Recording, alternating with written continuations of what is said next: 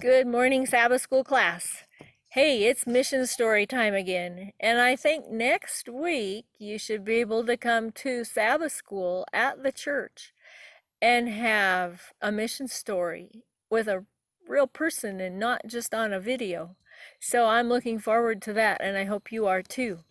This week's story is about little Morabou. Little Morabou was always an obedient boy, but his life changed when he was 6. His mother died. Father had no time for the boy because he was busy working on the family farm in the West African country of Guinea. Father's second wife had no time for the boy because she was caring for her own 5 girls and 4 boys. No one fed Morabou, no one hugged him or said a kind word to him. Morabou became rude. He refused to work on the family farm. If Father asked him to deliver a message, he stayed out all day playing with friends and only returning home at night. He stole money to buy food to eat. He stole corn and peanuts from neighbors' farms and sold them to buy food. Morabou lied to cover up his wrongdoings. When people asked if he had stolen something, he replied, "No, it wasn't me." But no one believed him, and people beat him nearly every day. Aunt Rosalie saw the beatings, and she worried that the boy might be injured seriously. She took him from the family farm and moved with him across the country to the capital, Conakry. Aunt Rosalie was a Seventh-day Adventist, and she wanted Morabou to learn about Jesus. She enrolled him in a Seventh-day Adventist school. School was very difficult for him. He had never studied, and it required a lot of effort to read and write. It was even harder to sit still at his desk. He was used to spending his days playing outdoors, and now he had to sit in a classroom. Morabou couldn't sit for long. After a short time at his desk, he stood on his chair and jumped from chair to chair in the classroom. The other children liked it, but the teacher didn't. Then, crack! A chair broke, and Morabou was sent to the principal. The principal called Aunt Rosalie to the school. "I'm so sorry," Aunt Rosalie said.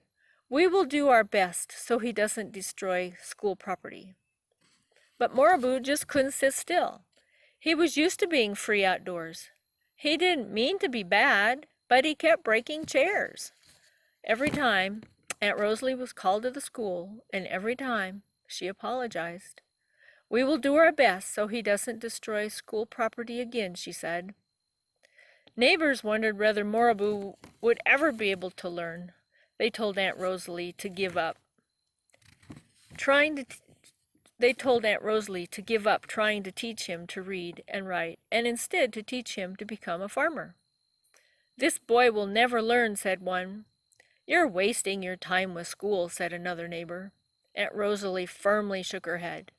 "Morabou is a smart boy, and God will help him learn," she said. God heard her prayers. After the first semester, Morabou began to read well. He wrote well. He began to understand the lessons as he kept studying. The teachers were filled with joy, and they happily gave him extra tutoring every day after classes. Today, Morabou is 12 years old and in the 3rd grade. He can read his Bible, which he received as a gift from the school, and he is preparing to be baptized. He wants to serve God with his new life. "I'm very happy for my new life," he said. "People like me now. I am not the same boy that I was before. I have changed. Jesus, the Sabbath, and the school have changed me." Part of this quarter's 13th Sabbath offering will open Kobaya Academy, a much-needed kindergarten through 12th grade school in Conakry, Guinea. Thank you for remembering Morabou and the school in your prayers. Happy Sabbath! I'll see you in person at Sabbath school shortly. Bye-bye. Thank you, Teacher Lola, for that mission story. And now it is time for our lesson story. What do I do now? Oh, this is such a mess. Oh, hello.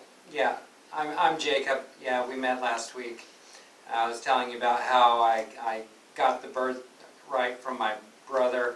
Traded him a whole bowl of lentils. That was a good deal, yeah. But I wasn't so sure about that. But now I think I'm in a real big mess now. Oh, yeah. Well, you see, what happened was my mom. She overheard my dad telling our brother Esau that my dad, he's kind of old, and his eyesight's going, and he's thinking that, life's probably not going to be that much longer. And so he told my brother to go out and hunt for some wild game and come and make him that savory meat that he loves, and that afterwards he would bless him. He would give him the family blessing. And my mom, because of what God had told her, that the older would serve the younger, and that the blessing would be to the younger. I'm the younger. Well, she had this bright idea that I should get the blessing. And, I wasn't so sure about it, but, you got to listen to your mom. And I think I'm in a lot of trouble, though, with my dad. And so she's like, okay, go get a couple of kid goats from the flock. And so I did that, and she made up a wonderful meal for my dad. And she told me that I needed to go in there and pretend to be Esau, and then I would get the blessing. Oh, how's that going to work? Here, stay right here. Stay away from the fire. Okay. And so, this isn't going to work. He's going to know that I'm Jacob, and he's going to think I'm a deceiver. But she had this idea. I would put on some of my brother's clothes. Oh, that was really fun. And then she took some of the goat skin and she put it on my hands and on my neck. Yes, like this. And then I would bring the food in there. And my brother's very hairy man. I'm not. I can't even grow a beard.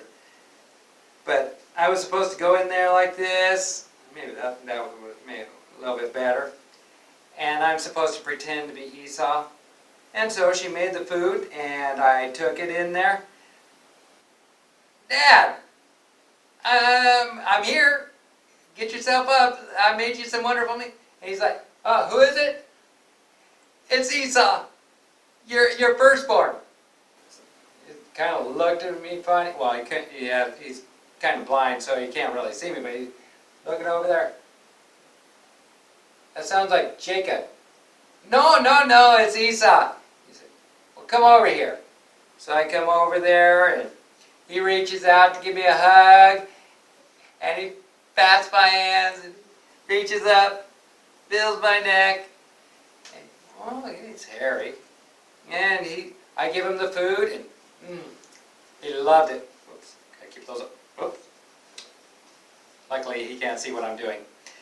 And he eats the food. It's perfect. Of course, Mom taught Esau how to cook, and that's why Dad really loves it.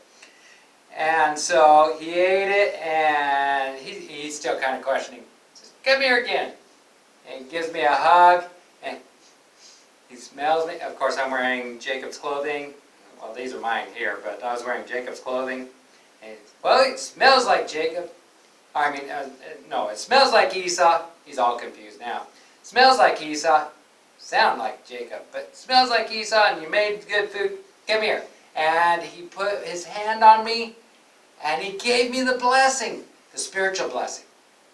This is the blessing that I have been waiting for. I was so excited, but I was deceiving him. Oh, I knew it was wrong. I just don't know what's going to happen next. And so I hightailed it out of there, and just in time, just as I got around the corner, I saw Esau coming, and he had a big plate full of food, and he went in there, and I was right next to the tent. I was on the outside listening, and Esau said, Dad, I'm here. And he's like, what? Who's that? It's Esau, your firstborn. Get up, I've made you your favorite food. He's like, but who was in here just before you? And Esau's not too dumb. He's pretty smart. He caught on right. He's like, what? My brother's been here. Yes, your brother was here, and I've given him the blessing. Oh, Esau was furious. And he's like, Dad, what about me? Can you still bless me? I already gave your brother the blessing. And then he kind of spilled it, he told, oh man, he already tricked me out of my birthright. And now he's taking the blessing. And I knew he was angry. I got out of there. I had to come out here. And then later my mom came out and she said, Esau's so mad that he wants to kill me. Once Dad dies, I'm dead. And now I don't know what to do. Here I am stuck at, I shouldn't have lied. I knew it was wrong. I knew it was wrong. You know it's wrong. You don't lie, right? We shouldn't lie to our parents. And I knew it was wrong. And I shouldn't have tricked my brother out of the birthright with the lentils. And man, I just messed up my life. Can God ever forgive me? Can my brother ever forgive me? Can my dad ever forgive me? Oh, I just don't know what to do. Well, right now, it is time for the memory verse. So, I think we better go to the memory verse. And maybe next week we can find out if anything anything good can come out of this. Just remember, don't lie to your parents. It makes a mess. So, thank you for listening. It's time for the memory verse.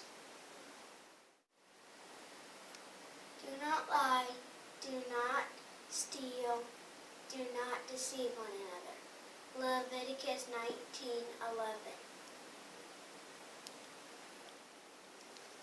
Thank you, Theodore, for that memory verse.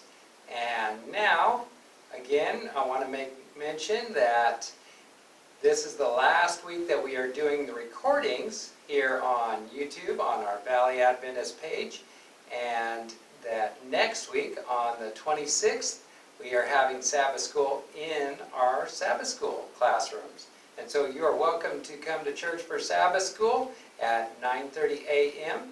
And if you need more information, that can be found at valleyadventist.church. Or if you have any questions, you can reach us through that. And so now, it's time to close with prayer. Can you join me in praying?